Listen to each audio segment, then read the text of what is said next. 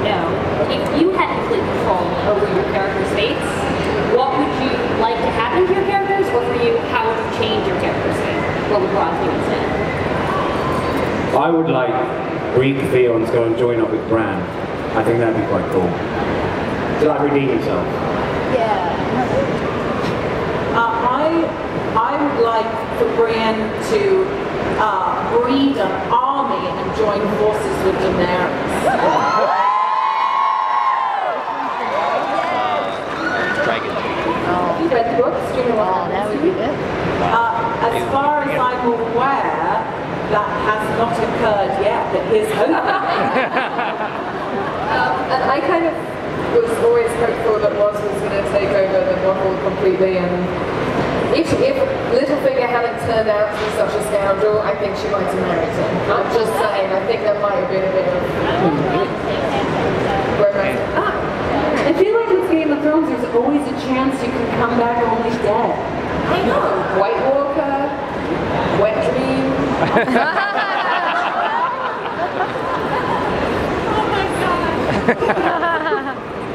Next question. Can you see you guys still staying alive throughout the season? Yeah, well, I think you guys always want to see yourself stay alive throughout the seasons, right? Yeah, definitely. I think we'd all like to stay alive right to the end, but it is Game of Thrones, so we're probably not going to. So here's hoping for a really glorious death.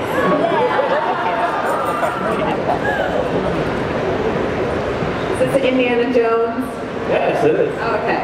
Alright, so I love the set pieces and the decorations in the show, so I was wondering if you guys are able to keep some of the props in the show.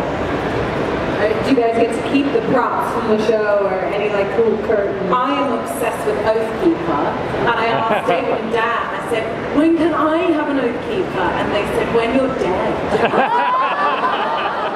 And it's true, because I didn't get one of my costumes until I died. And then I was like, you know what guys, you suck, you killed me. The very least you could do is give me a costume. And then they kept me waiting for like a year, and finally I'm happy to lie, but no, I got to see my costume. But they're kind of funny about you stealing stuff, aren't they? I steal the candles. That's so weird coming from him. It's like a maid's cart at a hotel. You guys are just walking by, oh, props! Alright, where's our next question over here? Which character would you want to have a scene with that you haven't had her with? Question. Yeah, I want to do a scene with you! I want to see with Brienne. I want you to do a scene with Michelle Farley, who plays Catelyn Stark, because I think she's one of the most incredible actors. Her performance in Game of Thrones has totally blew me away. And then Emma, which sucks, and we're both dead.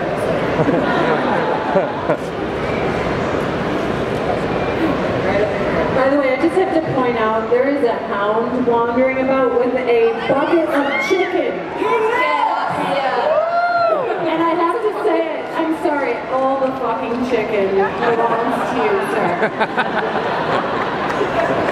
This question actually potentially ties in pretty well to the previous one, because one of the really interesting things about Game of Thrones to me is no one is really clearly a hero or really clearly a villain.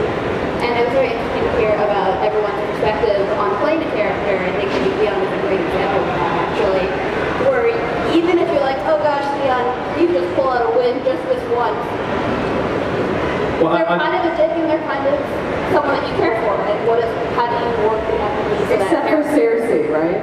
I mean, I've never cared about it. Drunk Cersei is the fourth of nature. I think Theon's one of the most human characters in the show. He's making mistakes, and I think everyone can relate to that. It's a universal theme in anyone's life. No one's perfect, so yeah, I think with Theon, it's he just makes mistakes like everyone. So he's neither black nor white. He's in the grey area, I didn't hear the question. Sorry, what's the question? Okay, you were just asking about, pretty much she's saying no character is a villain or a good guy, though I dare to say that Brienne of Tarth is kind of the female manifestation of Ned Stark, because she's so honorable and loyal, but what she was saying is, pretty much like how do you feel your character, where are they at right now? You say he's the most humanized of all of them, his rise and fall, but she's just pretty much pointing out that like no one's quite good or quite bad. That's what I love about all of the characters though, is that they're all flawed. And it makes them really three-dimensional. It makes them more like human beings who relate to exactly how everyone's perfect. And you know, Brienne's dedicated to the good. I sometimes worry at night when she's going to put a foot wrong. But that's what I love about all the characters in Game of Thrones. All of them have their darkness. Right, where are we? There you are. Yes, sir. Hi, I'm Jenny, so I'm going to stand up. Oh, okay, yeah, Hello, that's all done. Hi, this is for both of you lovely actresses on the panel. The show is decidedly less feminist and much more misogynistic than the books are. And do you feel that's an attempt by the producers to appeal to the male fan base, specifically those that are participating in #Gamergate?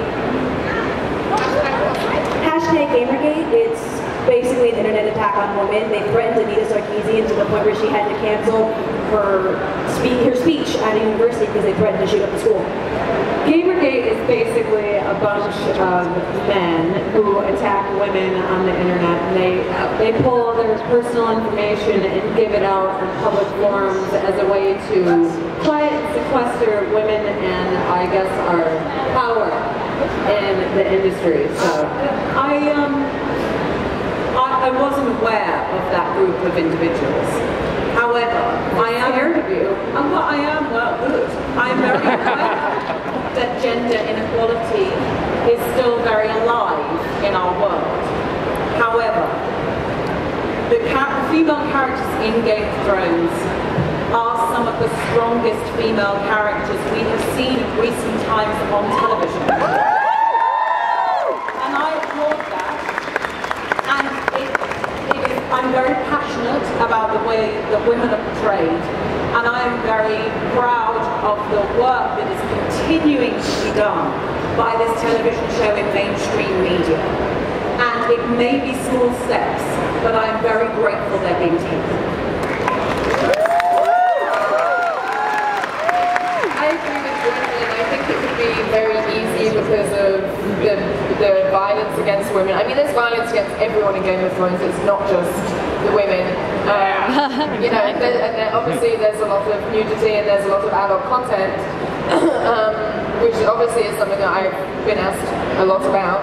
But I agree with you. I think that you could read it, therefore, if you just looked at it on a complete surface level, you could be like, yeah, this is a misogynistic show. But I think once you scratch under the surface and you start seeing what the women in it are doing and what they're saying and how they portray themselves, yeah, you could easily take a feminist standpoint against her because she's a sex worker, but at the end of the day, she's a woman who works very hard and to better herself throughout the show, and is intelligent, is witty, and has great work ethic.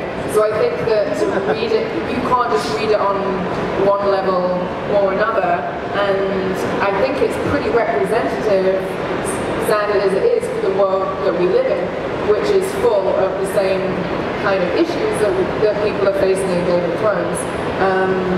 But I'm really shocked. I can't even believe a group like that exists in our present age, and that's disgusting. Wait, what, sorry?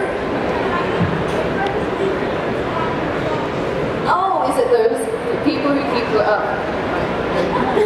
Good luck leaking a nude of me. I think that ship's already sailed. I love the character. I really love playing it, and I do feel very grateful to be playing it. Yes, is my short answer.